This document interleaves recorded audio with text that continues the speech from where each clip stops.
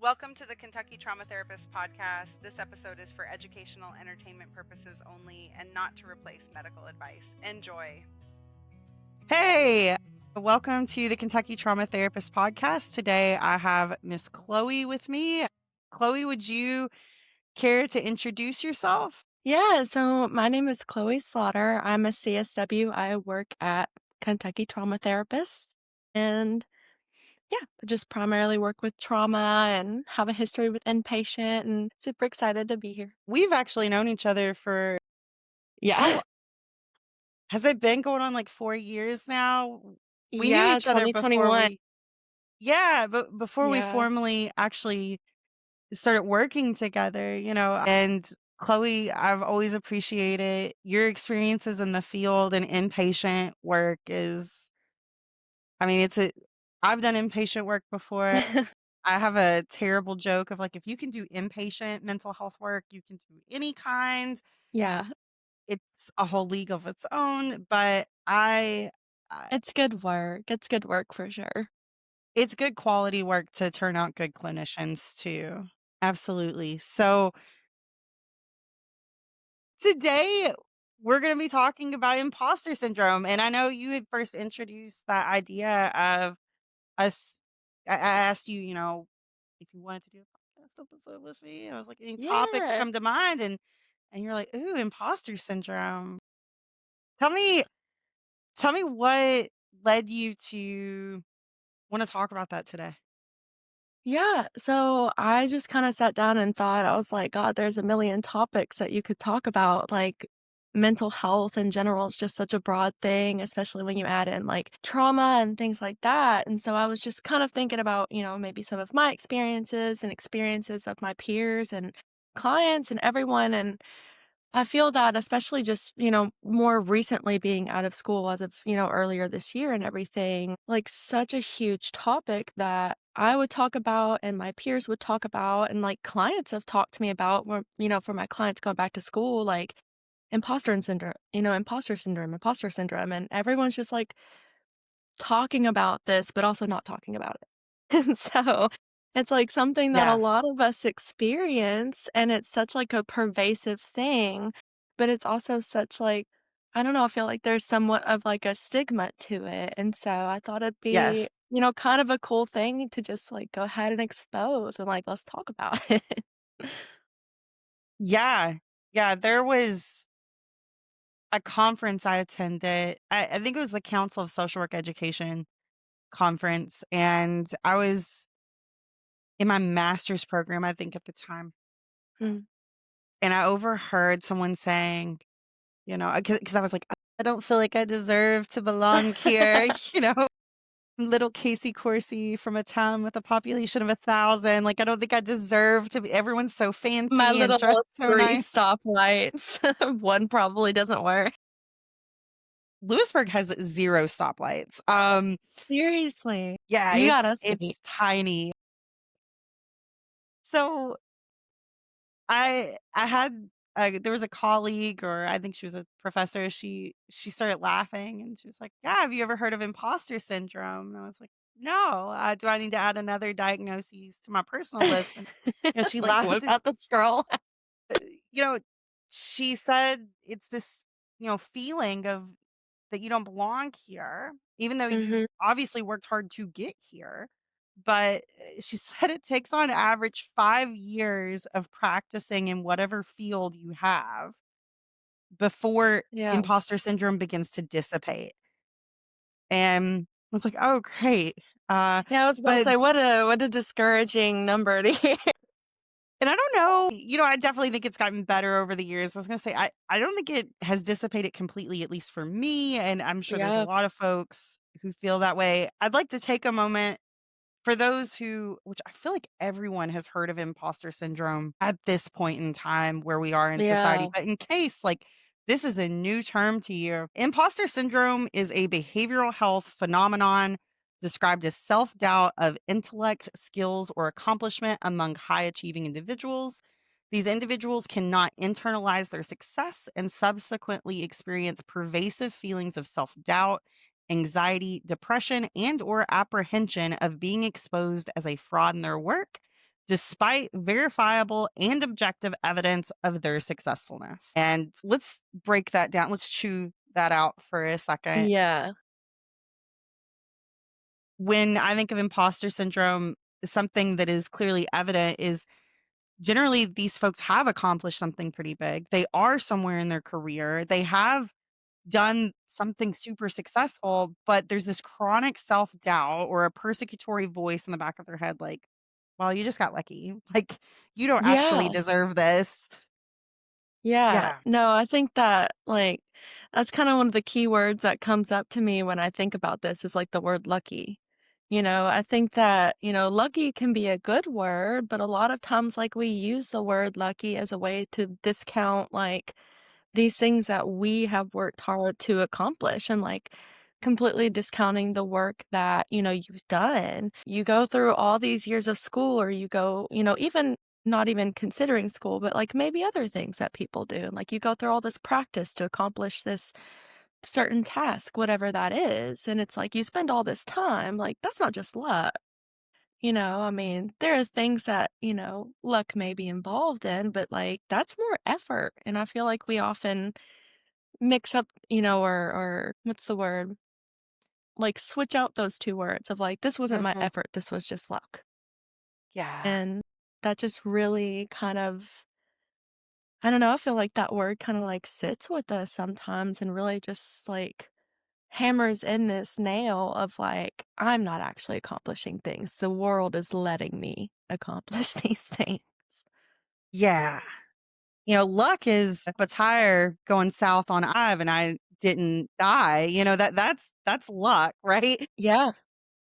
Yeah. Luck has very little to do to chance with your successes. You Mhm. know, these things are inherently stuff you've been working towards trying to accomplish, and imposter syndrome brings on that nagging background voice of trying to discredit the good you have done. Yeah. And they mentioned high achieving individuals, and you were bringing up, like, I see this with my clients when it comes to folks going back to school, which you and I are Yeah. operating in a college town. We've got Western Kentucky University Mhm. right next to us. And so that is a prevalent population we see. And I think other ones also include whether that's like a culinary arts. I hear of that one a Yeah. lot. Artists, I treat or I have a history of treating folks in the tattooing industry. And Yeah. that's one I hear a lot of. I can see Yeah. that microscopic mistake. And it's like, did your client notice or can only you tell? Yeah, Yeah. there's this degree of imposter that I haven't earned where I'm sitting at today. Mm. Uh, I want to clarify real quick. This is not a DSM-5 TR diagnosis. You're not going to pull out your DSM-5 and find imposter syndrome.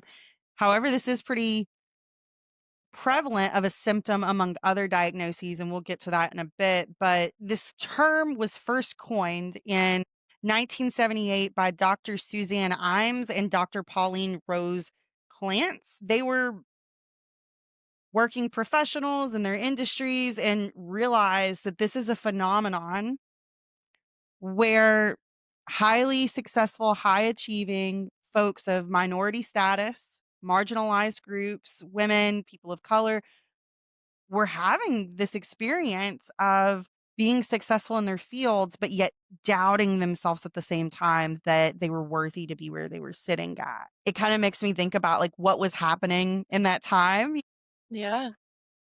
the civil rights movement. We had which the Civil Rights Act, I think that was like 1964. We also have segregation. I think that was in the let me check. Yeah, 1954, where finally, segregation was banned in the school systems. Stonewall riots, that was 1969. Roe versus Wade was 1973. So I would like to ask you, Chloe, like when we talk about that, can you see how perhaps societal and social constructs may have impacted how these people were seeing themselves in their chosen profession? Percent. I mean, there's a degree of like, so I feel like a lot of human behavior is like learned.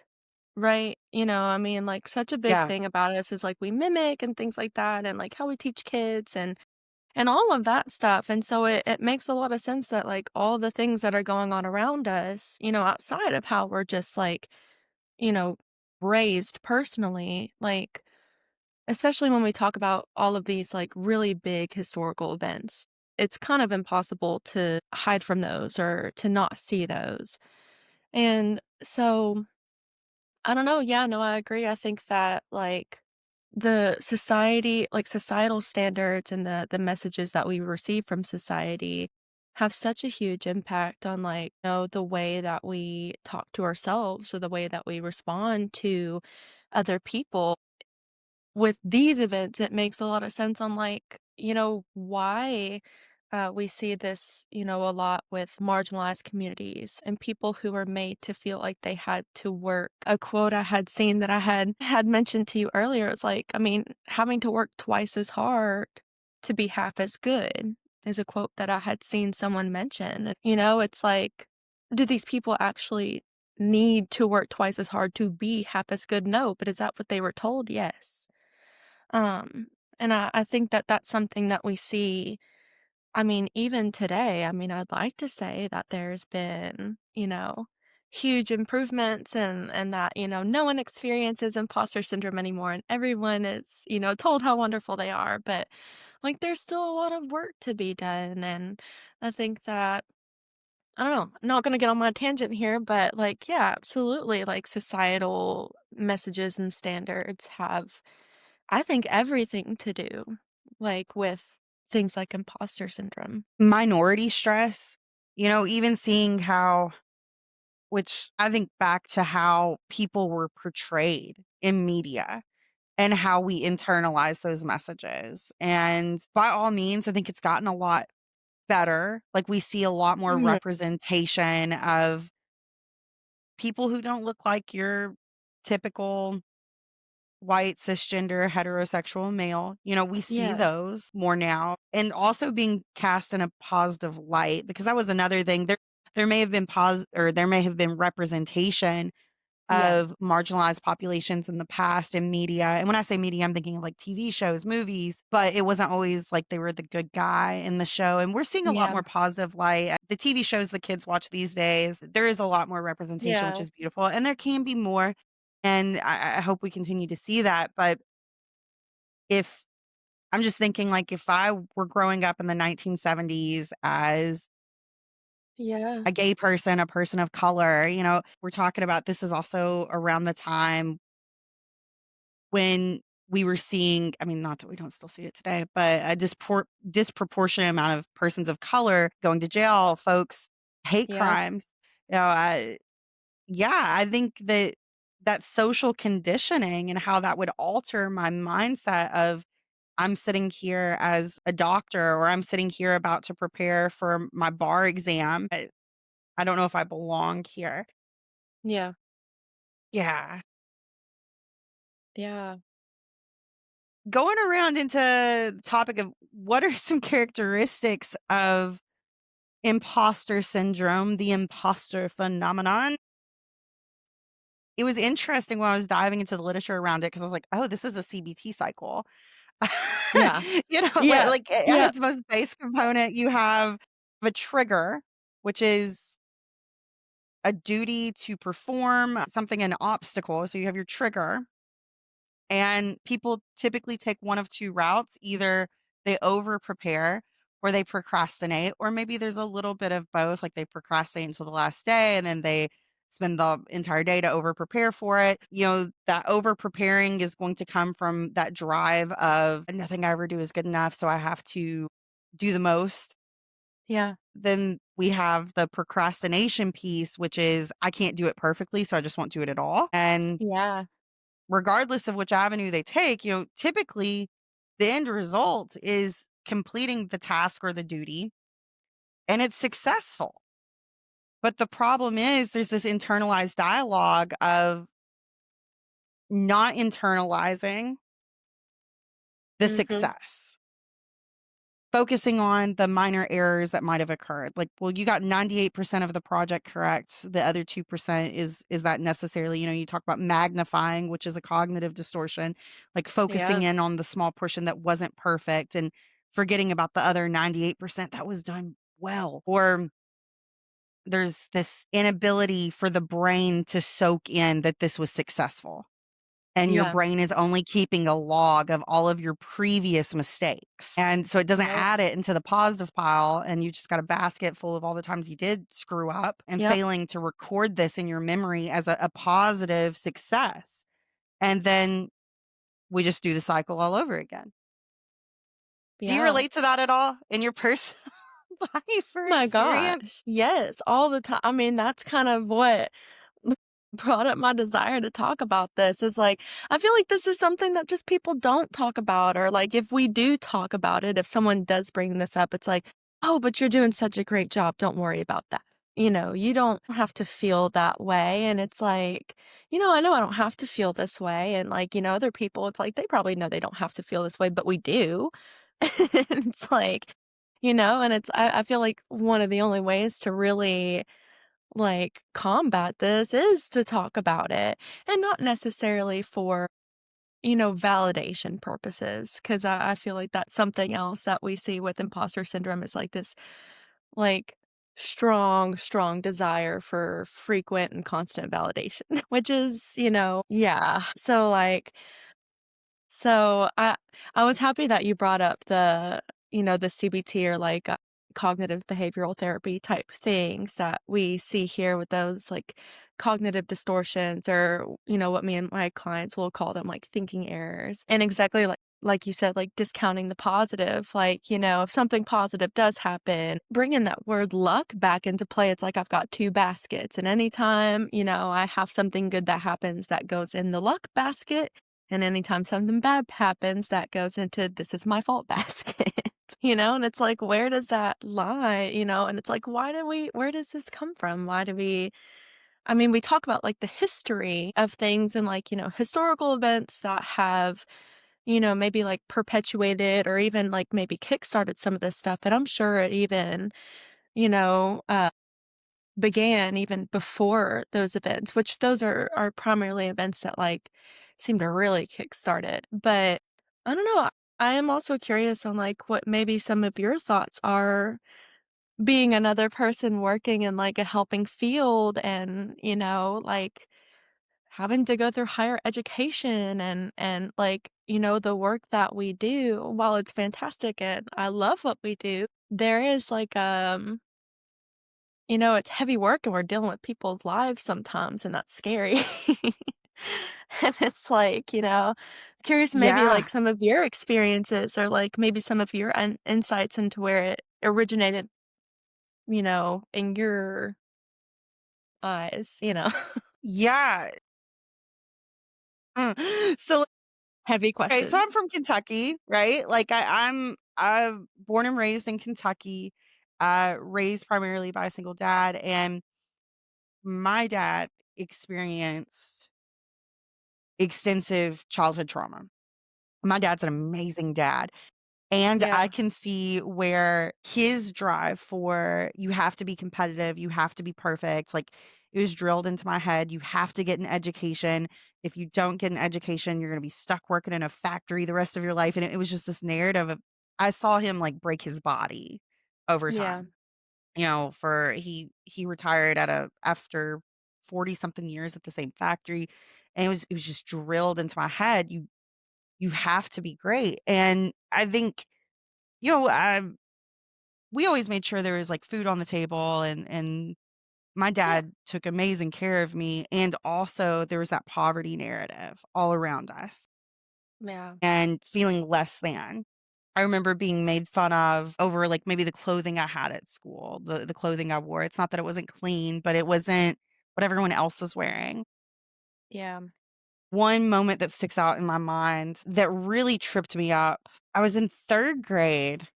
I know Chloe's thinking, "Okay, Casey, I didn't ask for your life story. This isn't a therapy session." No, But no, please, please. so I No, this like, is good. where did it all start? 3rd Yeah. grade I kind K-prep of did testing. ask, to be fair. Well, I was probably like maybe 8 years old, maybe it was fourth grade, but this teacher had asked this question about like it was like a K prep question, and you had to write a short Mhm. essay. And my example was so bad. She used it as the example in front of the entire class about this is what a score of a 0 would be. And like combating that mentality of I'm not smart enough, I'm not good enough, that embarrassment and that shame, that was kind of haunting. And anytime I did anything Yeah. good, it would be like, well, I don't and then I'm the first Yeah. person in my family to graduate in my immediate family to graduate from high school. I'm the first person to graduate from college. And again, I had a lot of that narrative of, well, the only way that I got into college is I got this scholarship, and I got the scholarship because I was poor. Or the only way that I was successful in college is because they had to make a quota of how many first generation college students could be in this program. Or like I would make up these Yeah. narratives that I didn't have evidence for. No one ever told me like, oh, you're a handout case. That's the only reason you got accepted into this program. No one ever said that. Yeah. But it was just this internalized negative belief about myself that I'd held on to since childhood, showing up into adulthood. And even to this day, like I kind of pinch myself, like, is this real Yeah. life? Like, am I sure that this is my reality? Are these things real? Yeah.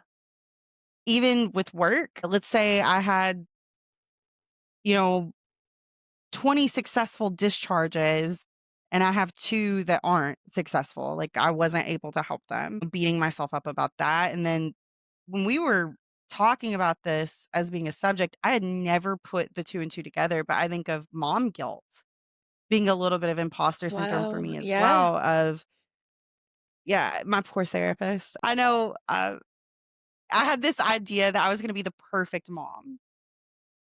Okay, well, that's just setting yourself up for imposter syndrome I right feel like there. that's something a lot of moms, kind of I mean, there's that drive to be, the perfect parent or your version of a perfect parent, it's like, what even is that? Doesn't Yep, exist. and it doesn't, and the first time I think I told my therapist, I was like, "I don't think I'm very good at this." And they're like, "Well, like, I'm having a hard time getting them to stick to a bedtime routine and da da da da da." And he's like, "Welcome to parenthood. This is Yeah, it's like natural." Or seeming I you didn't get have kids in the home. it's funny how it can end up taking up other areas of your life. And Yeah. by no means am I a perfect parent, and if anyone else is striving for that goal, I'm gonna go ahead and let you know, please stop. You will drive Mhm. yourself mad. And Yeah. that goes along with like our fields and our professions, this attitude of we only share our successes, which is also, I mean, that's a marketing scheme. Like, I'm not trying to get super meta, but like, I mean, that's kind of Yeah. in line with capitalism. Like, we only show our best results. Like, I don't go to if I'm looking for an inpatient rehab for my client, I don't say, so how many unsuccessful discharges Yeah. did y'all have? How many people went AWOL? They're going to tell me, oh, you know, 52% of our clients completed a 30-day. Okay. Yeah. But what about the others? Like, we don't advertise that stuff. We don't talk Yeah. about our failures. We're not allowed to. So, of course, the brain magnifies those and internalizes those and creates Yeah, and it shame.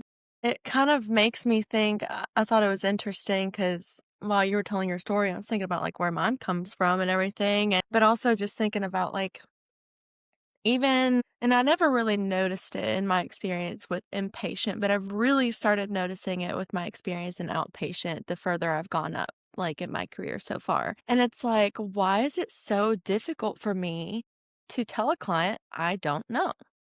Like, 'cause I don't know everything, like, I don't have the answer to everything, but I want to. And so sometimes I'll have, one of my lovely clients will come in with a problem, and they'll, pretty much be like, "Chloe, what do I do?" And I gotta be like, "Man, I don't know." Yeah. And then I get into this, this back and forth battle in my head of like, if you don't know, then you're a bad therapist. And it's like, okay, like who who said that? Like literally my client still comes back to me. They come back to me every week, even if in my head I'm like, I don't know why you come back to me, but I appreciate that you do, and it's like, it just kind of made me think about the phrase, like, "I don't know," and, like, why we use it as a bad word. And, I had a similar conversation with the other day about, like, all of these words that we have now deemed as bad words. Like, we're talking about self-care, and instead of saying self-care, they had used the word, "I'm being selfish." I was like, since when did we make that a bad Yeah. word? And it's like Yeah. the same concept of, like, why are we, why is, like, "I don't know" such a bad word now? Like, I don't know. I don't know. Well, and I think we're in a very performance-based society, and I'm hearing this Yeah. across multiple platforms of whether it's your Google reviews or your Instagram page that you keep up with. It's this notion you're constantly having to push content. There is no room for error. Yeah. Um, it sucks, and especially in our field, like, everything is it's so gray. And Mhm. There are very few black and white answers to anything. right. Right. Um, And what's best for one yeah. person might be totally different than what's best for another. And Well, yeah. expecting to have the perfect, most insightful answer. One of my favorite things about outpatient therapy is I love getting to work with clients over a period of time and see those growths. Yes. And every once in a while, I'll have a client remark, like, you remember that really inspirational thing you said 6 months ago? And I'm like, no, I don't. Like, I have Inspirational. no clue what's about to come out of their mouth. Like, "What did I say 6 months ago?" Yeah. And instantly, 'cause I have anxiety, my brain's like, "Oh god, was it bad? What did I say?" And they're like, "You said this one thing, and it's really changed my view on everything." And, instant discrediting comes in, like, "I don't remember saying that. They probably heard that from someone else. Yeah. Surely I didn't have this impact on someone." And that's okay, we're gonna go on a tangent for a second, but I think it's relevant. Yes.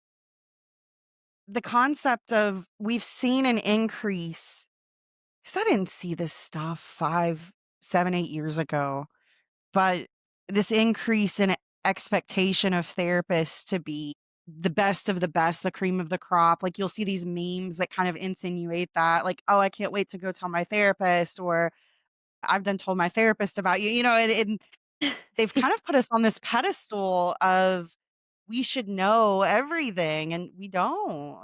We're trained in Yeah. interventions and skills, and there's a science behind what we do, but we're far from perfect, Mhm. and we're just human beings too. And being held to such Yeah. high expectations, I think messes with our heads too. Yeah. I get down these like Reddit post rabbit holes, usually at 1 a.m. when nothing good happens. Like, why are you researching something at 1 a.m.? You should put your phone away. Nothing All the good comes most of this. accurate information comes up around 1 to 3 AM on the internet.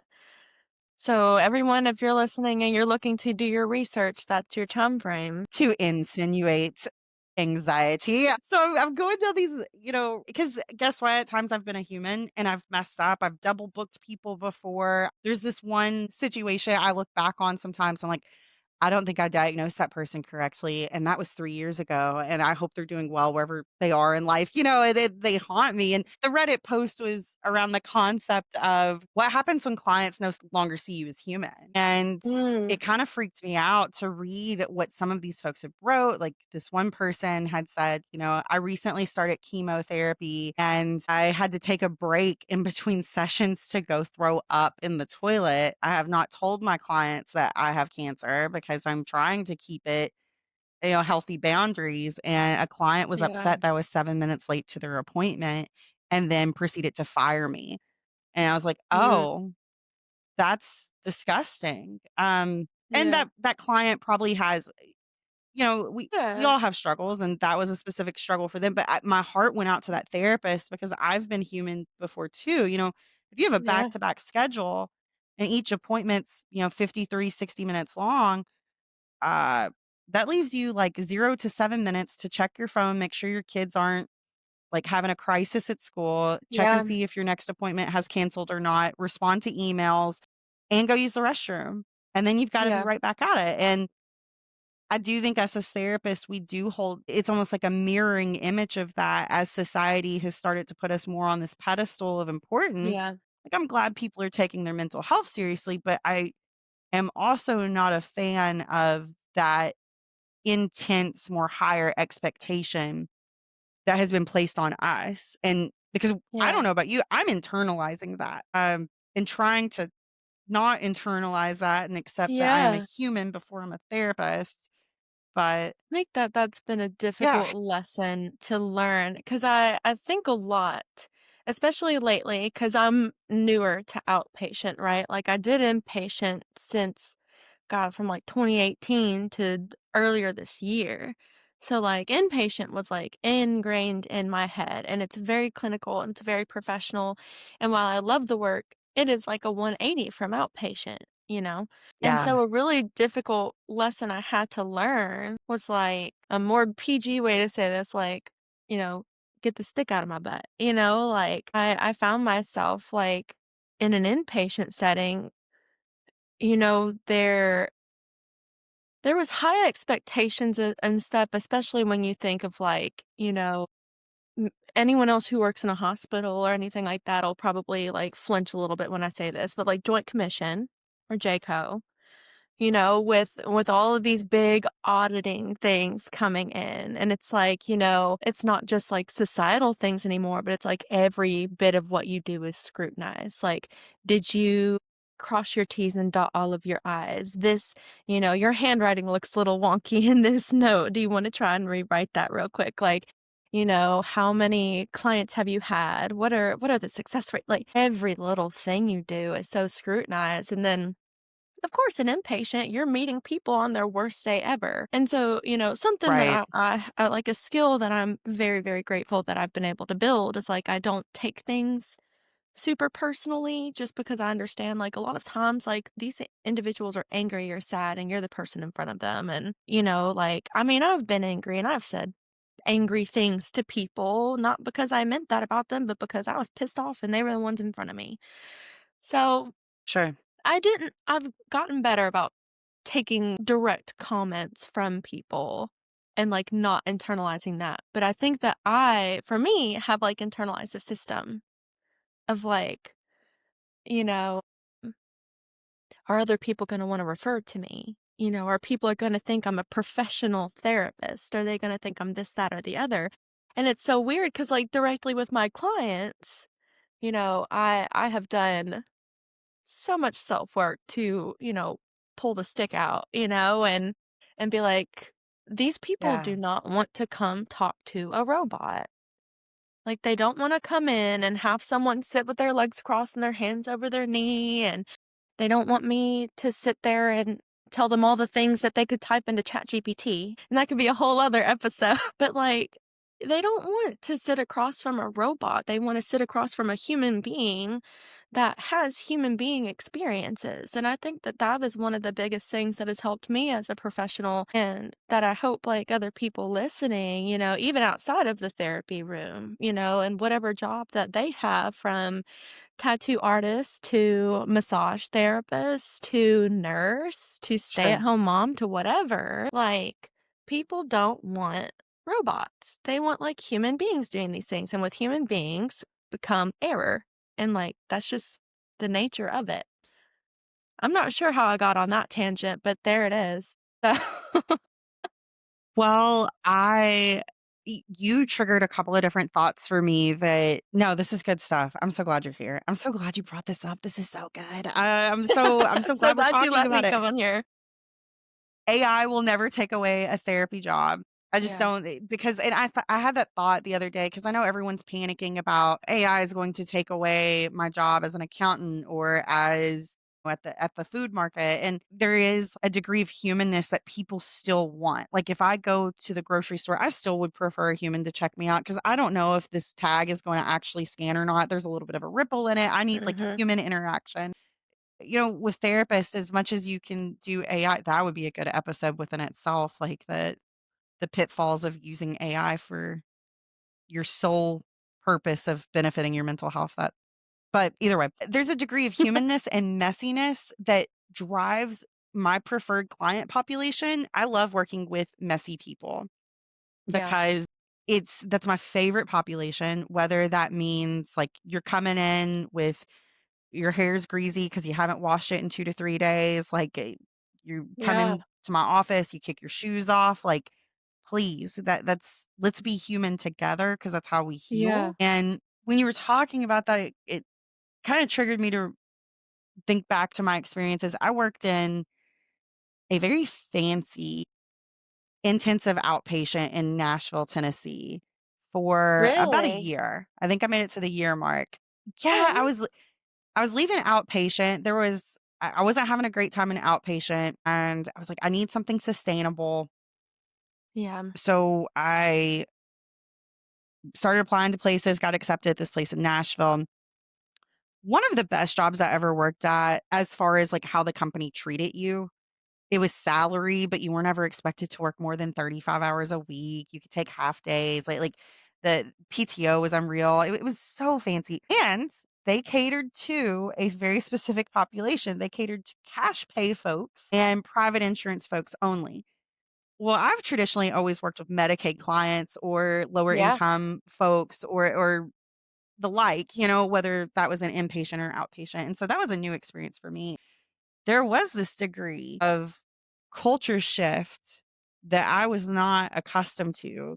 Folks who have private insurance or cash pay and have the availability to take the time away from their day jobs to commit to 9 to 18 hours of in-person group therapy time. That's a very specific population, which usually means they come from a higher socioeconomic status, which was Yeah. so different than my culture. You know, I I'm used Yeah. to looking at someone being able to sell their food stamps to put diapers on their baby as a strength to Yeah. now trying to convince someone why maybe they should quit hiring escorts after they get done producing their newest music video. That was hard. It was not Yeah. an easy transition. And the imposter syndrome was definitely at the yin yang again. Who am I from little Lewisburg, Kentucky, to be giving therapy to folks who are upset about trying to sell their $20 million home in Brentwood? Yeah. And the skills are transferable. I'm not trying to discredit myself in that. There's cognitive distortions at the root At are the the same wazoo. regardless of what socioeconomic status you're in, Yeah. but it threw me for a loop. And it made me feel incredibly insecure because I just couldn't quit comparing what my life looked like at home to these people's lives. Yeah. And it really messed with my noggin. It made me feel very inferior. Some of these clients were coming in, they just exited this fancy $50,000 uh 30-day detox program out in California on the beach. And they're talking about how they did group therapy with dolphins. And I'm like, well, today we're going to talk about Dolphin's gonna CBT. take my job. Like it was Yeah. tough.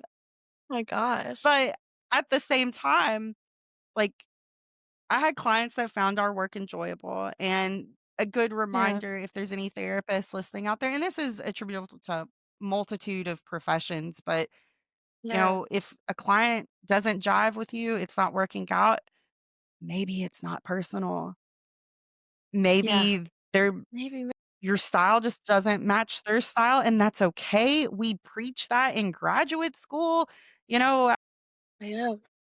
it's okay, and it doesn't have to be an offensive thing, and some people are looking for something different. I think what makes it hard in this field is you as a human being are the tool to do the song and dance of therapy, and that can make that difficult to disconnect from. Just a real quick, I'm not great at reading books. A book I listened to. It was something really, really helpful for me, and I started listening to it once I came into outpatient, and it was just new, and I had the same exact the phrase that you said of like, "Who am I to blank?" was just like constantly running through my head of like, "Who am I to tell these people what to do their lives?" Like I have lots of single moms come in, and I'm like, who am I to tell them what to do? I have my dog that I gave a ridiculous name, like, I don't know the first thing about parenting. I named my dog Tree for God's sakes. Like, who does that, you know? And, Sweet treat. but he's a mess. Speaking of messy people, he is one of them. But, but no, like, there is a book that I listened to that I found really helpful, and um, I had recommended it to some of our interns and stuff, and it talks about imposter syndrome without really talking about it, or I think it actually does talk about it a little bit, but I think that it's good for all professions. But it's called Sometimes Therapy is Awkward, a collection of life-changing insights from the modern clinician. And it is by Nicole Arts. And it is a fantastic book. Like, self-disclosure, I, as a therapist, I hate reading therapy books. I don't know what it is. Sometimes I just feel like, I'm like, oh, this is so cheesy, yada, yada, yada. And then I'm sitting there like, I'm a therapist. I shouldn't think that therapy is cheesy, but whatever. But this That's one, it shitting was on just yourself, like, right? yeah, seriously.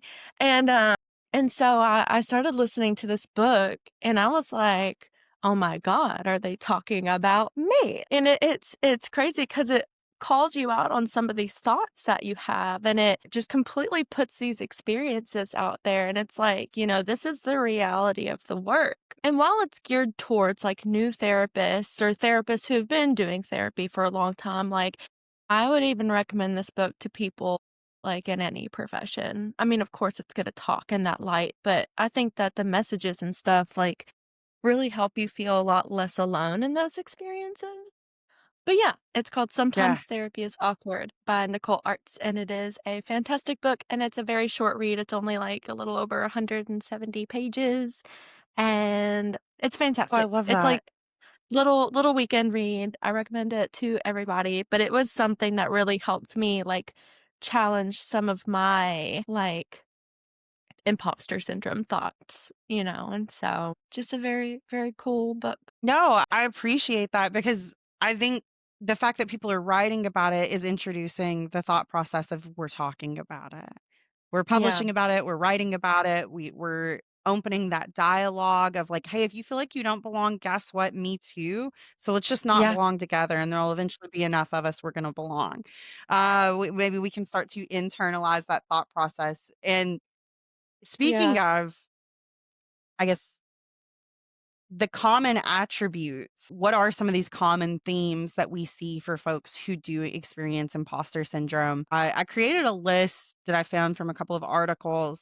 There's 5 I specifically want to touch on, one of which is perfectionism. Folks who struggle with imposter syndrome or imposter Yeah. phenomenon, those words are used interchangeably. Perfectionism. This kind of goes back into that cycle we were talking about. Like, how does this stuff get ingrained over time? And here's my, like, cheesy hillbilly example. Forgive me, I do come Yeah. from my roots. But, like, if you drive in your driveway or in your front yard, you drive your truck around and it just recently rained, you're gonna start to create an indent in your yard, right? The tires are gonna leave an indent. Well, if you Mhm. kept driving in that over the next couple of weeks, guess what? That indent gets harder. Then it's summertime, that mud's caked up, and now your tires are automatically, when you're trying to drive in your yard, fall into that rut. That is what chronic negative self-talk does to your noggin. It eventually creates this Mhm. rut in your brain that then it's so easy to fall into that trap. You can't, it's hard to Yeah. get out. Not that it's It's impossible, it totally is. literally But yeah. It kinda reminds so me like, of that, like, self-fulfilling prophecy, and if any of my clients listen to this, they're like, "Chloe, stop talking about self-fulfilling" but it's it's such, like, such a a thing, good like, point though. it is, it's like it's the whole reason why positive affirmations work, and it's the whole reason why negative you know, self-talk, like, gets so ingrained. It's like if I tell myself I'm worthless every single day, if I look at myself in the mirror and I tell myself I'm worthless every single day, and then everyone around me is telling me I'm worthless, or I'm taking what they're saying as evidence that I'm worthless, then what's the point of me trying to change that? If I Yeah, am this thing, then right. what's the point of trying to do anything to prove otherwise if that's just what I am? And so it's like it kinda reminds me of, like, what you're saying about if, like, we're constantly telling ourselves these things, like, it's inevitable that we're gonna get stuck in those cycles. And so it's like, I always tell my clients and trying to tell myself, like, I'm just a little curious of what would happen if we change that narrative a little bit. And like the amount of progress I've seen is like crazy. The first couple times, like, I always say, like, you're probably going to feel silly. Like looking yourself in the mirror and saying like, I am brave, I'm courageous. It feels a little silly because, it's uncomfortable. It's seen as like cocky to try and build yourself up. Yeah, it's seen as like conceited, but it's not. Yeah, I want to touch on that Yeah. here in a little bit when we start talking about the healing process, how that negative self-talk of is it pride or is it ego? I want to come back to that. Yeah. This entrenchment of perfectionism, if I'm constantly holding myself to an unattainable goal, whatever unattainable goal is, like whether that is, I will never yell at my children. I will never Sure. I'll never get below an A. Okay, well that may be literally unattainable, and by Yeah. setting the goal there, you're already setting yourself up, which is going to drill home this imposter syndrome. Yeah. Heroism, I'm guilty of this one. Personally, it leads to burnout. This idea of, and you brought up that quote earlier, uh, how folks have been taught, whether that was by their own family members, almost trying to look out for them, or whether Mhm. society was teaching that, like you're going to have to work twice as hard as everyone else to have a seat at this Yeah. table. Yeah. And we see that story happen for lots of marginalized folks. Yeah. But this concept of I have to do this much in order for my colleagues to see me as successful when no one's saying Yeah. that. Like you made up that arbitrary rule in your head. Or if you do work Yeah. somewhere that has that mentality, you probably don't want to work there. Like you just, yeah.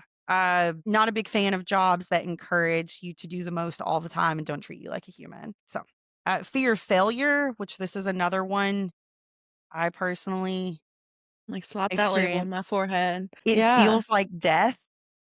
Yeah. Failed 2 college classes, and I remember, like, every time I bring those up, like, I remember the build-up phase of my anxiety of right before grades are gonna be posted and just thinking, "I'm gonna fail, I know I'm gonna fail, I'm gonna fail, I'm a terrible human being, like, Yeah. I don't deserve to be here, who decided I could go to college? Oh my god, these people, these institutions paid all this money for me to go to school, and I'm failing them, and I'm proving that I'm just little miss nothing from nowhere," and actually, you know Mhm. what? After I got the F, guess what? I still lived, I still breathed, I still ate my favorite snacks, and I retook the class probably with another different professor and passed just fine. Didn't Yeah. die. Yeah. Yeah.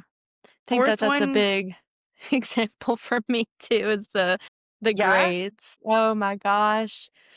I remember I was in my undergrad. I grew up with my mom is wonderful. She is, but her very similar situation. She grew up with a lot of, things that had happened to her, and so it was very much like you have to be the best that you can be at everything. And so it was like, getting below an A, like I'm talking A minus, was out of the picture. You cannot get an A minus because like why don't you have an A?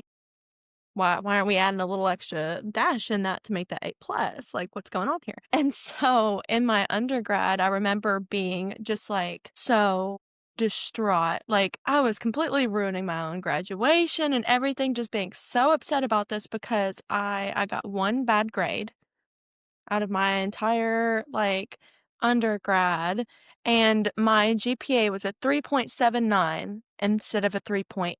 It was the end of the world to me. I lost my mind. I was so mad because my diploma that I don't even know where it's at, if I'm gonna be honest. It's not the one in my office.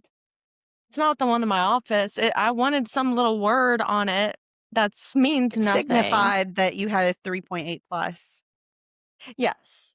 Which, it's like a 3.79. That point 1 destroyed me, and Yeah. it's so funny because it's like, okay, I could have gotten much less than even that. And like I I'm still here. Like I'm still doing the same job I would have gone to get anyways. Like, it's Yeah, I don't know of it's a lot of just practices who are yeah. like, "You didn't get that 3.8."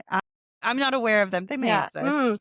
3.79? Are we She definitely will How never dare be you able show to your figure out face in here? diagnosis. But you bring up that point of how imposter syndrome can rob you of truly valuable things in life, like enjoying your graduation, enjoying your Yeah. party that you have afterwards, because imposter syndrome is encouraging you to hyper focus on this one thing that in the grand scheme of Yeah. things doesn't really matter. And sometimes Yeah. it doesn't. Um, you talk about your mom, and no, I heard it 1,000 times over. Like, "Hey, dad, I got like a 92 or a 91," and he'll be like, couldn't have done a little higher, you know?" And it's like, Mhm. "Yeah, but like I did the best out of the class. Like I did better than my peers." Okay, I didn't talk like Yeah. that when I was 10, but he would say, "Well, I don't care how everyone else did. I care Yeah. about how you did." And it's like, "Oh, okay. Yeah." Oh gosh, yeah, when I had a progress report, it had a D on it one time, which I had to whip that up real quick, but I everyone else brought theirs home, and I crumpled that shit up and flushed it down the toilet, and I said, "I don't know what they did with it, mom, like, they never gave me mine." So That's that illustrates it really well though, like talking about how the fear of not being successful leads to this sensation of shame, yeah, that fear of failure. So I'm so afraid of other people seeing my failure that I don't yeah, want to talk about it. And we know when we don't talk about it, that leads to shame, right? Yeah. perpetual cycle. We've already hit on this one a little bit, but denial of competence, like denying that you're actually competent. Yeah, I'm just here because of luck. I'm just here because of chance. Uh, I'm not really that successful. Like, I think about this one sometimes of I hear this from EMDR practitioners like, "Yeah, I have EMDR, but I'm not EMDRIA certified." And it's like, and you're still EMDR trained and you're still helping clients. And yeah, it's not to say this person who works at a practice in the town over who is EMDRIA certified, who's to say that they're going to handle clients better than you? Maybe you have something that they don't. Maybe you have rapport building skills that are out of this world. Maybe you target a yeah. specific population they don't. Like, we need to quit comparing apples to oranges because each practitioner has their own art to do this. I- Last but not least, out of these common attributes is a fear of success. I could talk about this one all day. Take it away. Take it away.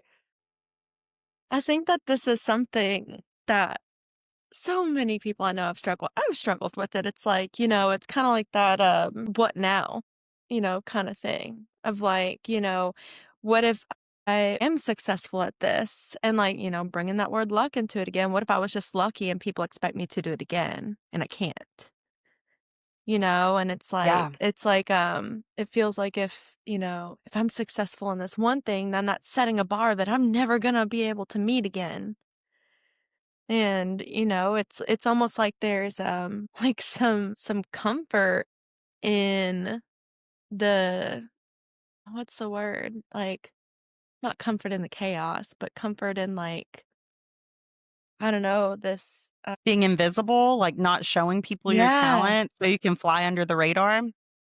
Yes, yes, thank you. Yeah, it's like there is some level of comfort in not having to quote unquote meet these expectations, but there's always that discomfort of like I need to meet this expectation and it's, it's just this constant back and forth. Um Yeah. I know that for me, just talking about like almost the fear of success along with that fear of failure is I think back to when I was taking my licensing exam and how my poor dad had to take me and drive 4 hours with me of me just, Bless. like, sitting in silence because I was like, "If I talk, I'm gonna throw up." Yeah. Sorry. Dad, if you ever watch this, thank you.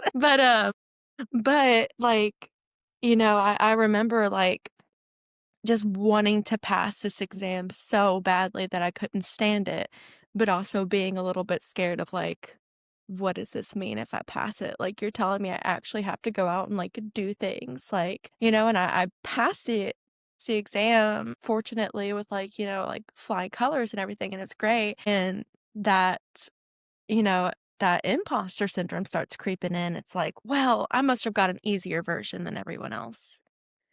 I must have got an Like trying easier to version of discredit. the yeah, I must have gotten an easier version, and because I got an easier version, then maybe I shouldn't have actually gotten my license, and now that I've succeeded in this, and now that I have my license, I'm gonna go out and ruin everyone's lives with, this fake knowledge that I have, and it's like you go down this rabbit hole, and it's, eventually it's like, therapeutically, Chloe, just shut up. Like, just shut up. Therapeutically, Chloe, just shut up. I'm gonna On steal t-shirt, that. I'm but gonna make my own version of that. yeah, but, like, just, like it's like, looking back on it, it's such a ridiculous I shouldn't say it's a ridiculous thought because I had it, but, like, kind of giving it a little less power, I guess, like, it is a ridiculous thought of, I remember getting the results back and thinking that they had scored it wrong because I way over prepared. No, girl, I'm telling you, like, when it came up on the screen as, like, pass, I, like, raised my hand and I made that lady come over there and I was like, "Can you read that out loud?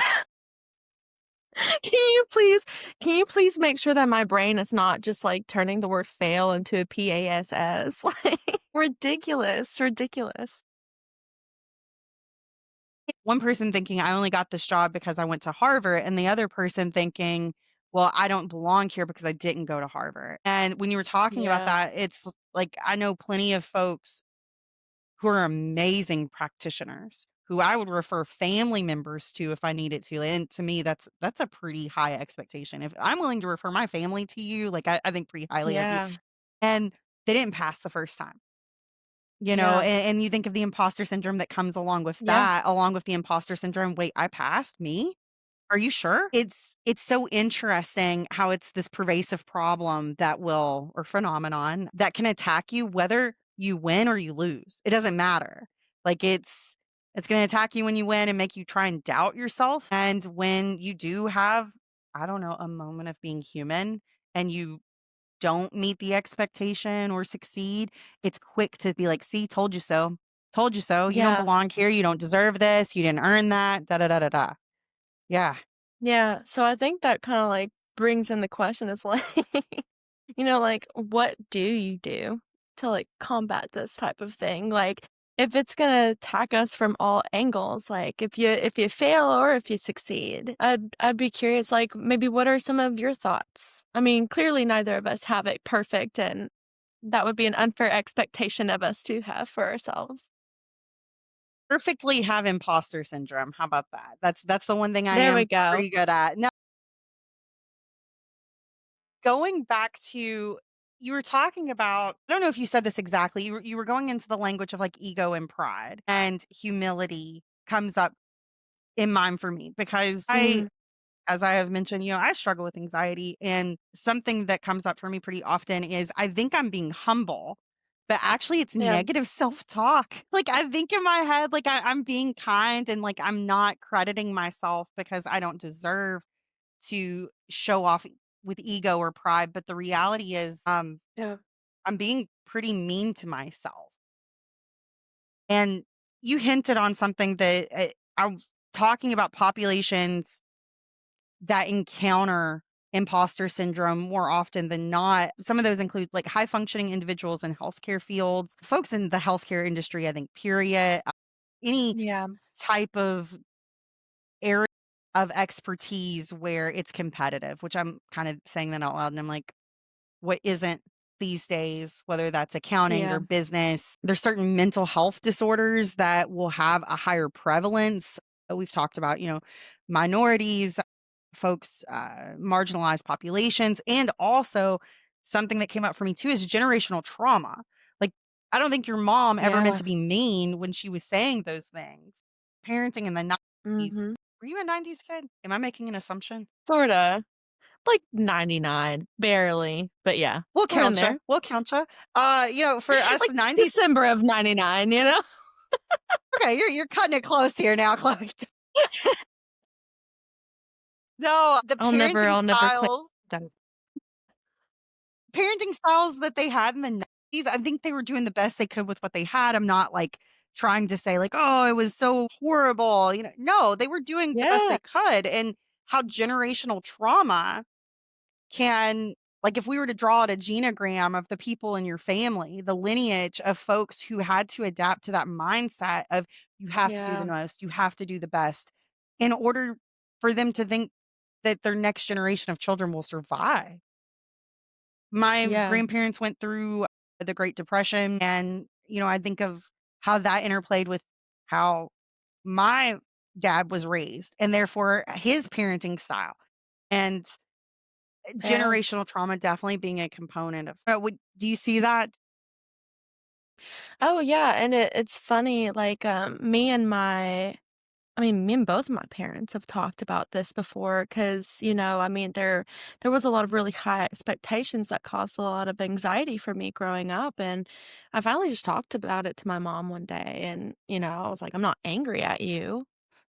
For these, lessons that you've taught me, like, they have helped me survive in a lot of ways, like, I can say that I excelled in school and that, like, all of these, successes that I've had, while there was a lot of anxiety with them, like, my parents did always, like, that was a big value of, like, strive to be the best that you can be, but also having them there, like, if that didn't happen. And so, we had kind of talked about it, and I hope she's okay with me sharing this, but she it's kind of funny of, like, she grew up in, like, the very opposite environment of, like, there wasn't a lot of supervision, and there wasn't a lot of, like, you need to be the best that you can be, and it was just kinda like, you know there wasn't really much of that, like, encouragement, and so, even though, like, this created a lot of, like, anxiety and stuff for me and a lot of, like, this, if I'm not the best, I'm not anything,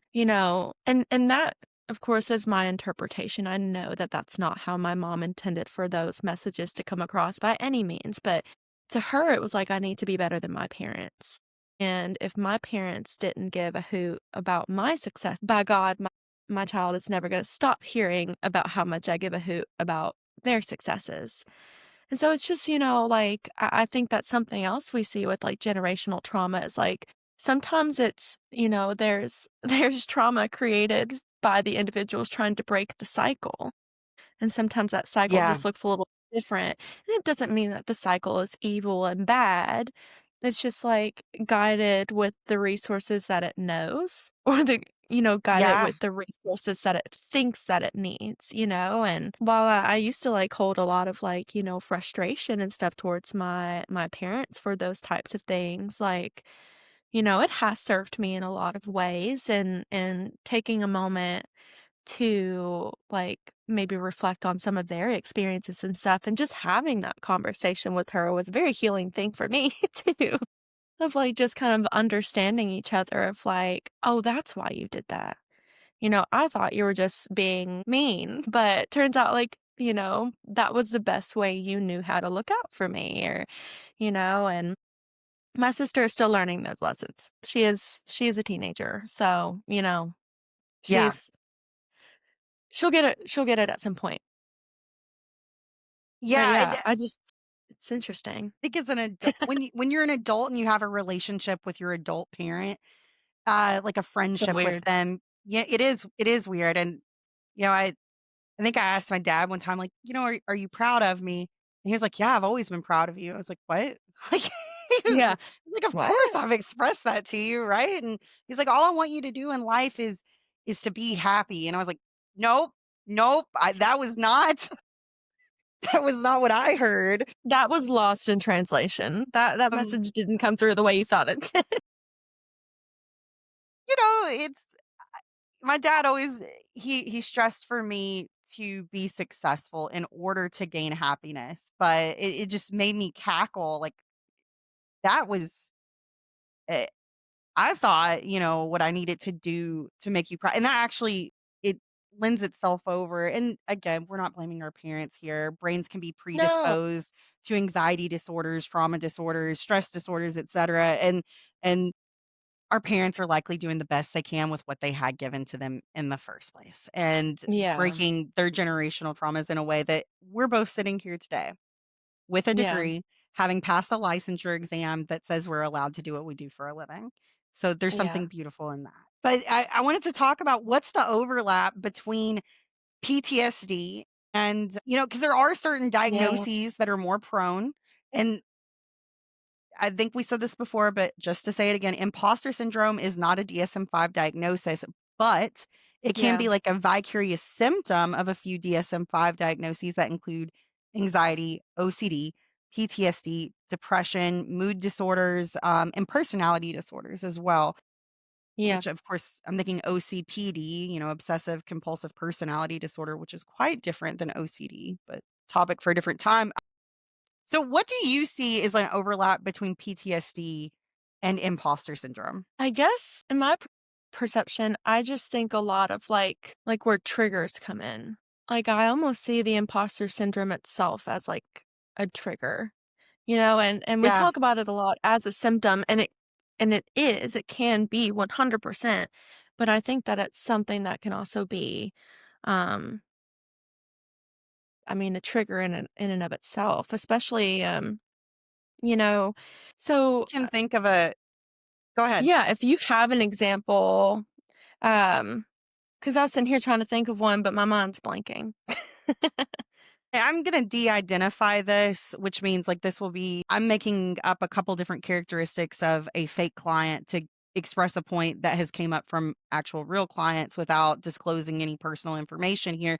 But I can think of a very specific client who later in life, after they had went through a pretty strenuous work program that did lead into PTSD, that precursor for them, childhood anxiety, they got in trouble at school and they had a parent who had a pretty high up job ranking in the community.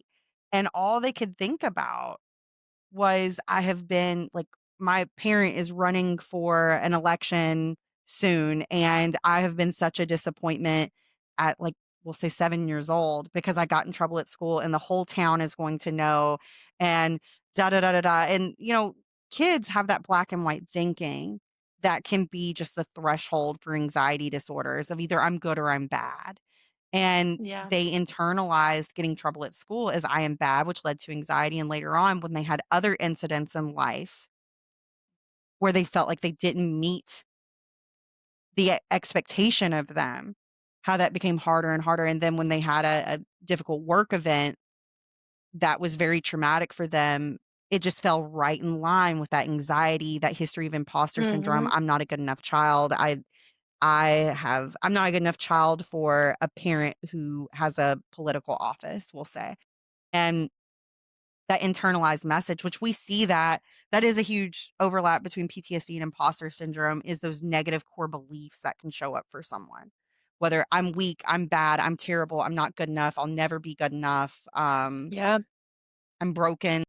I think it makes me think a lot about like the labels that are placed on things too, and how we're very quick to like villainize a lot of these types of things. And that's another one of my things my poor clients have to hear me say all the time. It's like, "Are we villainizing this? Are we villainizing this?" But it's like, More about that. Yeah. well, it it gets off a little bit, but it'll get back on track. So the first time I really heard someone else had brought this up to me, but it makes me think of like when we villainize our emotions, right? Like if I get angry at someone and I yell at them, that I label that it's bad and I am bad for doing that. If I feel depressed or if I feel shameful, then these feelings are bad. And if I feel happy and excited, those feelings are good. It's like emotions are neither good or bad. It's like what we do with them. Yeah. But, it's like, why do we even have emotions in the first place? It's our brain's way of, like, communicating with us, like, what are its needs?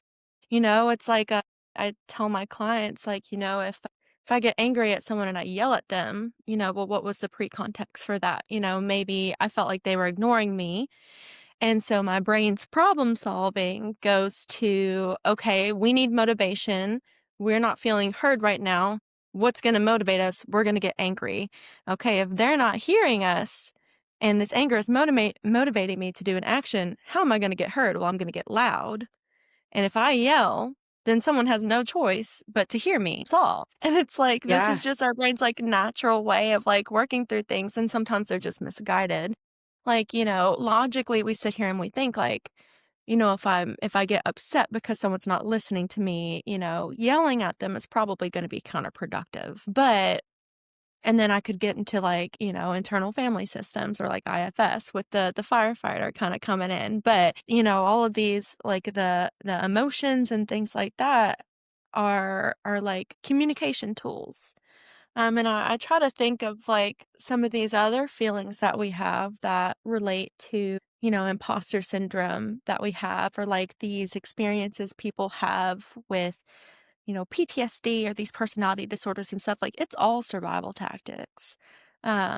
And it's Yes. all like adaptive ways of thinking. Like these are things that your brain has learned it has to use to survive. It's like, if if you really find that you have trouble, like, staying in, like, secure relationships, bringing up some of that stuff with imposter syndrome of, like, the fear of success, like, what happens if this relationship is successful?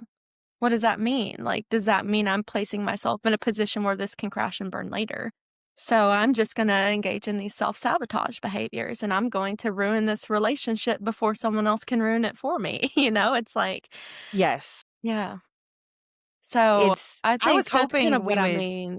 Yeah, I was hoping we would bring up like self-sabotage because that clearly goes back to that attribute of that fear of failure, fear of success even. yeah, If I'm so afraid of being successful, if I just ruin this all right now, which I look back at jobs I've had, friendships I've had in the past where I don't want to wait on you, like friend breaking up with me. I don't want to wait on possibly getting written up. So I'll just go ahead and quit. Like, yeah, and it might have been a minor error. And lots of people get written up all the time. That doesn't lead to necessarily a complete dismissal. Speaking of inpatient, I got written up one time in inpatient because I think it was right before JACO, so everybody's coming in and doing the audits, and they're like, "This person reported a history of a suicide attempt 10 years ago, and you did not include that in a part of their crisis intervention plan." And I'm like, "Oh God, I'm the worst therapist ever because I didn't think to include that," yeah, And the reality is, we're not perfect, and we're not robots. But what you're saying reminds me too of speaking of self-sabotage, a common thing between both of these is a degree of hypervigilance, which can yeah, be interpreted at times as perfectionism. Like, I have to do this so perfectly so no one can find fault or error in it in mhm, order to feel safe, to try and control my surroundings and avoid feeling things like pain or discomfort of being called out if I'm less than perfect. Because if I'm less than yeah, perfect, something bad might happen. yeah. And it all goes back to that, like, sense of comfort that our mind is always trying to kind of get back to.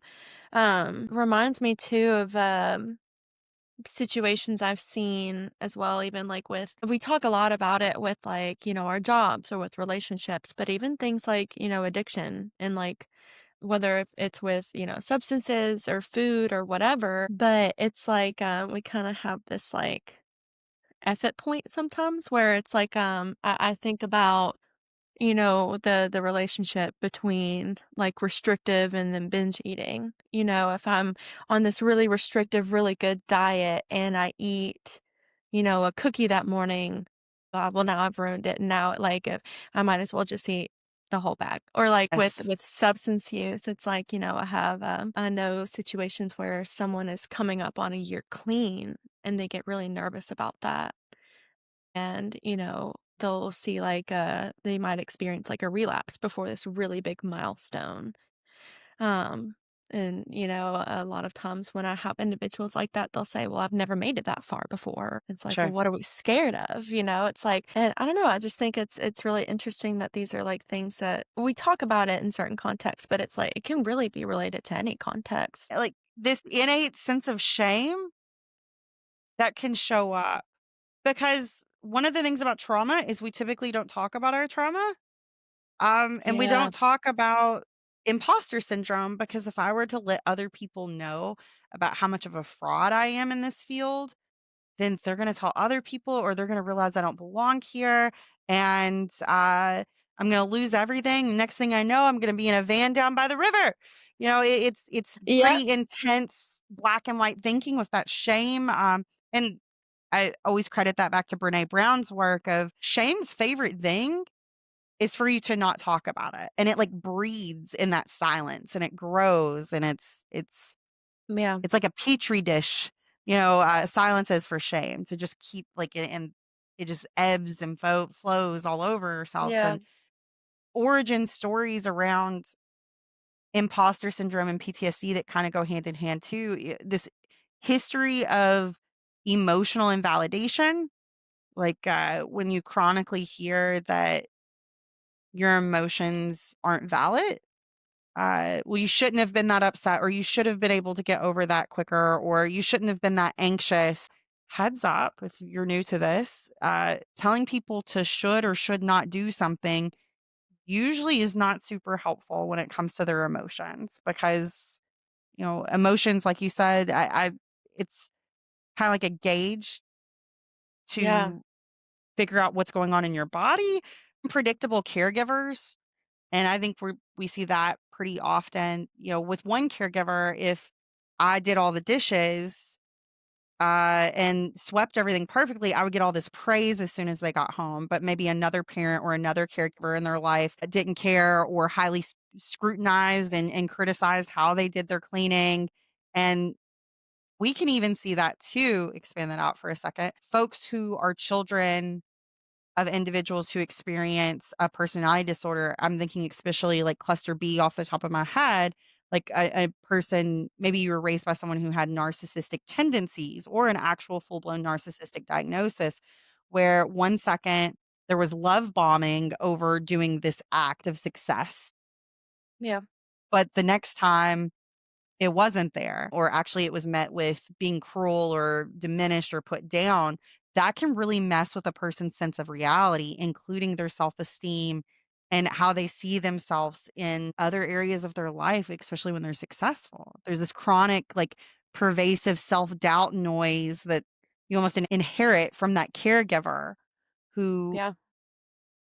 constantly criticized your successes. So, and then Yeah. achievement-based love or approval, which I guess we just kinda covered that, I was only Yeah. good or I only got attention when I did good in sports, or I only received what felt like love when I was able to be accepted into this specific program with school. I felt ignored by my Yeah. parent until then. Achievement-based love and approval, yeah. So, getting back to the topic, which I know I took like a little loop, but what does healing look like if we have imposter syndrome, especially if that's combined with some PTSD there? How do we heal from that? I think my first thought goes back to what you said about I feel like the emotion of shame is so closely tied to imposter syndrome. I feel like that's such a motivating emotion for it, which of course it's not the only, but and it makes me think about what you said about like shame's favorite thing is silence and stigma. Yeah. And, with that being said, it's like, I find myself almost feeling awkward talking about imposter syndrome or worrying about talking about it of like, if people hear that I'm experiencing this, are they going to think less of me? And it's maybe one of the biggest things we can do is just talking about it, like exposing it a little Yeah. bit, seeing it for what it actually is and not what it tries to be. Yeah, and I would counter what you said of when people hear you talking about imposter syndrome, my thought isn't less of you, but Yeah. rather more of you in the fact that you're human and have a willingness to expose those human sides of you. Because we live in a culture right now, and I feel like Yeah. I sound like a grandmother already, but I'm like, I'm not a big fan of social media. Like, I think this Yeah. curated lives that we see on Facebook and Instagram and TikTok, like, no one's, I mean, of course, there's some outliers there, but generally, people are not posting content about their personal life where there's a sink full of dishes in the background, or your kid's Yeah. dirty underwear somehow ended up on top of the couch, or the dog Yeah. had an accident on the Christmas tree. Don't ask me Yeah. how that's a relevant experience in my life right now. But, no one's showing that. No one's recording that. No one's filming that. So we're Yeah. constantly viewing people at their best, most perfected states that they can, Yeah. whether that's filters or, editing things just the right way. So, um, I think it's beautiful to talk about our imperfections. It's a degree of humanness that Yeah. we've lost. Yeah.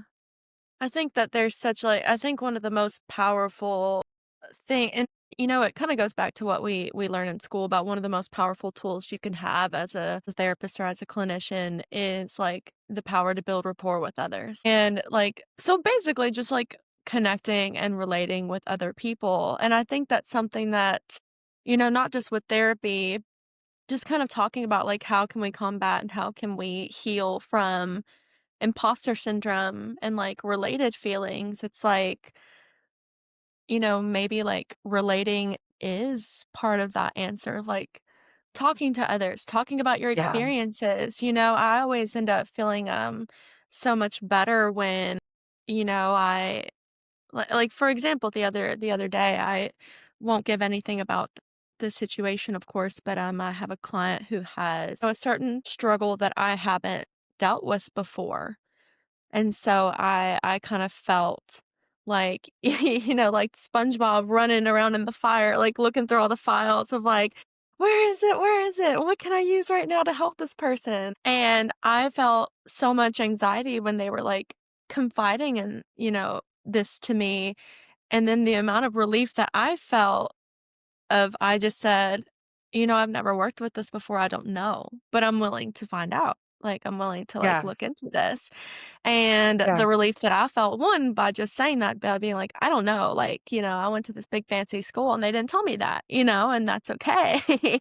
And their response being like, well, yeah, let's like learn about it together. It's just like yeah, such a healing thing. And so I'm like, if I had sat there and tried to pretend that I knew what I was talking about when I clearly didn't, not only would one, like, our clients are not stupid. They're very intelligent people. They can read rooms and everything, and they know when, therapists are BSing them, and it's like, I know it, they know it, and we're just sitting here in a room full of BS and not looking at it, And it's like, I feel the same way when talking to colleagues or when talking to my husband or friends or anyone. It's just like, um, it's just that sense of, like, almost relief that you feel when you say something and someone's like, "Oh my god, me too." yeah, Like, "Oh my gosh, I'm so glad you brought that up. I've felt that way too," or, "I can't believe that you're saying this right now because I've been thinking the same thing and I thought I was the only one." And it's just, like, such a crazy thing, and it's like, God, if literally everyone is feeling this, why aren't we talking about it? And why are we sure. putting so much on ourselves? So, like, yeah, long story short, I think that, my answer or insight into, like, what can we do about this is, like, just talk about it and seek to understand others and seek to understand yourself, Like, Yeah. yeah. Like the example of like I'm working with a client and they have this very hyper specific issue that I've never seen before. Nothing in grad school prepared me for it. I can't find a podcast information about it. Like, how do I learn Yeah. about it? And, uh, you know, being honest with your client. And I can think of a couple of situations where, let's say it's a very specific type of health insurance, and I am the only therapist within a 100-mile radius that accepts their health insurance. And it's like, Yeah. okay, you're my only hope, Obi-Wan Kenobi, like, because there is no other therapist in the Yeah. area, and most people can't afford cash pay on a Yeah. regular basis. So it's like, all right, I guess I'm going to learn how to be an expert at this with you. And Yeah. there's something beautiful about that humility, and the fact is I think people find it more important that there's someone who's willing to take the time to help Yeah. them figure this out, especially when Yeah. if it's a referring out's not an option for whatever reason, financial, Yeah. insurance, you know, okay, we're gonna get down to this together, and just Yeah. knowing that someone cares enough about you to go research that, that does leaps and bounds for someone's well-being, period. Um Yeah. Some other stuff I found, I definitely wanna recognize CBT, that's the classic of all Yeah. treatments.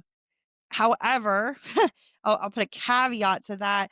CBT isn't some people might argue with me about this, and that's okay. But CBT isn't always the most perfect option for folks with OCD. Like maybe they need a little bit of a variant of exposure therapy or prolonged response and exposure therapy. But, you know, in general, decatastrophizing. Like, okay, if Mhm. you do get less than an A on this, what is going to happen a week from now, 3 weeks from now, 6 months from now?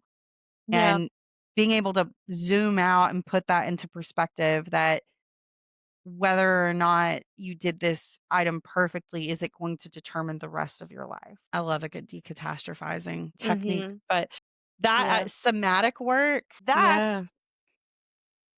like, I love especially I love somatic PTSD, work. training the body to not have this intense response or reaction to a triggering situation that might trigger imposter syndrome. Yeah. Um, can you think of any examples of that you've seen or experienced? Well, it's okay, so not exactly answering your question, but I was just thinking of like other things that I have seen helpful and something I kind of wanted to bring up with, because I only work with adults, right? And something me and a couple clients have tried to start doing is incorporating more like art and play therapy into the room as Yeah. adults. And it's like there's almost a weird sense of like, this is silly. But I love looking into that because, like, a couple clients have like started, I'm not an art therapist, but I like using some art therapy like tools in the room and showing like, the art that you make doesn't have to be perfect for it to be like useful Sure. or like practicing making mistakes on purpose. Like, and practicing getting messy and, like, making something out of that. So it Yeah. doesn't exactly answer the question that you asked by any means, but that was just something kinda, like, on my mind for a second, was like, I also wanna encourage, like, more adults to try, like, art and play therapy. Feel like And that's something to get allowing away from. no, I think that's genius. I don't think I would have ever put those 2 and 2 together. I'm so glad you brought that up. There's this degree of intentionally in a therapeutic situation, I'm going to set you up to ask you to do something that's not gonna be perfect because I don't know about you, majority of my clients are not artists by any stretch of the imagination, so you're intentionally going to do something that may be messy or not the best of the best, and also as your body is having maybe that sensation of panic, increased heart rate, tensing up, embarrassment, shame, whatever, Yeah. we can talk about it in therapy like, "Oh, okay." I was thinking of Yeah. I love to bake, but I frequently will not bake because of the fear of it will not be perfect and I will have wasted all of these ingredients and da da da da. And I've been forcing myself to bake. My family may have gained 10 pounds apiece by January as much as I've been baking, like cobblers and sourdough stuff and just Oh trying out god. new If you things. ever have And an extra chair at the table, just let me know. you come on by Let me know. anytime. I'm not perfect at it. And allowing myself to sit in, you know what? This isn't exactly what I pictured it would look like or taste like, but it still tastes good. It's still the plate is still empty by the end of the night. No one's turning Yeah. down what I baked, even if I don't feel like it met the expectations that I had Yeah. previously conceived for myself. So that's Even if like a Gordon sense of Ramsay's exposure. presentation ain't there.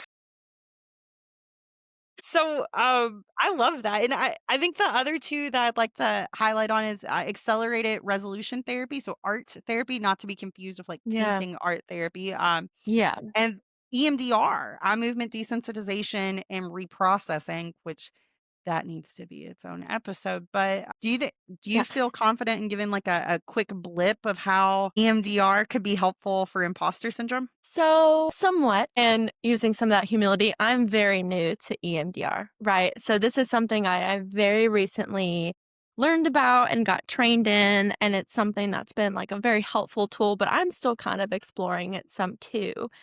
But one of the things about EMDR that I really like, and I guess first I'll just kind of talk about it in terms of like reprocessing past events and like, I really like the idea of placing one foot in the past and keeping one foot in the present. and like kind of, you know, allowing yourself to experience both at the same time in a safe way. And with that, I kind of like to think about imposter syndrome of like clearly this doesn't come from like this isn't just something that popped up today and it has no origin. It's like where did this feeling come from? Like how can I think about these feelings and how can I explore them?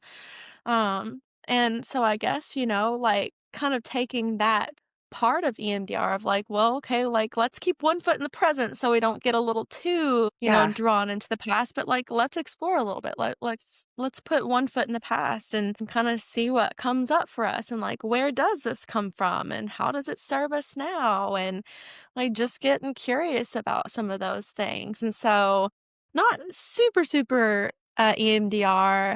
Don't know a lot of the technical ways to explain it, but like I really, really love the idea of like one foot in the past, one foot in the present. I think that that's Yeah. a really helpful thing. EMDR has that ability. And for those of y'all who aren't familiar with it, to me, if I had to explain it in a simple sentence, EMDR is magic. Okay, and that's not very evidence-based statement, but the theories around why it works or how it works. There's a couple of different theories, and regardless, what we know is bilaterally stimulating the brain. And when we say bilateral stimulation, we're not like hooking people up to electrodes. That can be tactile, that can be audio, like hearing a beat in one ear and then a pause and a beat in the other ear. When I say tactile, that's like if I tap the left side of my body, I'm activating the right side of my brain. I tap the right side of my body, I'm activating the left side of my brain. If you do that rapidly, that's bilateral stimulation, and it's mimicking, the eye movements during REM sleep, which is, that's one of the Mhm. leading theories is that can help, Such a cool thing. reduce the intensity of the body's reactions to pulling Yeah. back up old trauma memories. One of the most helpful things I've ever learned with EMDR is float back techniques. So, and I'm thinking of my stereotypical client who does not know where their trauma origin story came from. They're like, I don't know where this thing is. I know I have this unwanted behavior or thought today, and I can't tell you where it came from. And with a float back technique, I think of using I still call them colanders, but I think everyone else calls them strainers. The thing you get the spaghetti and noodles, you get the water out of them. The Yeah. float back technique kind of uses that through all of your past experiences to find where did this originate from? What is that image that pulls up with what you're experiencing today? So if I have someone Yeah. who comes in and they're like, listen, I am a terrible human being because I keep procrastinating on work assignments and I'm just a complete failure. It's like, okay, we have that negative belief of I'm a failure. Where else in your Mm. life have you experienced that? And, a lot of times people don't know. It's been so embedded into their memory networks. They're like, "I don't know the last time I wasn't a failure." And it's like, "Hold on. Okay, Yeah. let's go Whoa, whoa, strain whoa. through because you're not a failure, and that's not an objective statement about yourself. You're a human who is bound to have failures at times, but you are not yourself a failure." And we go back and we strain through previous life events. And sometimes it may be something from childhood that they didn't realize even impacted them that way. They're like, "I Yeah. didn't realize this was that big of a deal," but we go and I think of maybe a memory we might target. Well, the first time I felt like I was a failure was when my mom dropped me off to kindergarten, first day of school, and I accidentally pulled up my shorts and tucked my back of my dress into the back of my shorts, and everybody saw my shorts. And I've been feeling like a failure since then. Just an example there. And then we go Yeah. target that memory from 5 years old, and all of a sudden you see this ripple effect through because it's going to challenge all these other memory networks that say I'm a failure. Yeah. I'm a big proponent of words. I'm a big supporter of Yeah. EMDR. I think that bilateral stimulation and getting to expose yourself to old memories where you maybe have a false narrative about yourself and being able to challenge that and Yeah. see how that changes people's lives. It's so cool. Love therapy. Everyone should go to therapy. So, Chloe, any closing thoughts about imposter syndrome? Anything we covered today? Anything you want listeners to know? Yeah. I guess more of like a generic message, but like I'll be one of the millions of people to keep saying it. Like, just talk about it. Seriously, there's nothing wrong with talking about it. If you talk about your insecurities, if you talk about things that you feel ashamed about, or that you're experiencing this imposter syndrome, like, the world is not going to crack open. We're not all going to fall to the core. The sun is not going to explode. Like, you may feel discomfort for a minute, and then you may even afterwards feel like some relief of like knowing that someone else out there is experiencing the same thing. Or if they're Yeah. not experiencing the same thing, just like the comfort of knowing someone was willing to sit there and listen to you. I love Like, just reminding that not like e you are not alone in these feelings. People in every profession have them, whether you're in school, recently out of school, been out of school for 30 years, have no intentions of going to school, or like whatever profession you have. If you want to be a stay-at-home mom or dad, if you want to be like, in the helping profession or in the business profession or in construction or whatever, like these feelings are going to come up, and that's just part of the human experience. But talk about them. something that strikes me that's really valuable beyond measure is that concept of I am not alone. Yeah. Shame has that nasty, nasty tendency to convince you you are the only one who has ever felt this way. That's how much of a screw up you are. No one can relate to you on this topic because you are such a failure. No one else in the world has ever failed as much as you have. And Yeah. the Charlie Sheen documentary that came out on Netflix made me feel so good just to have Yeah. the I haven't seen exposure it. of my gosh, I want to watch it again.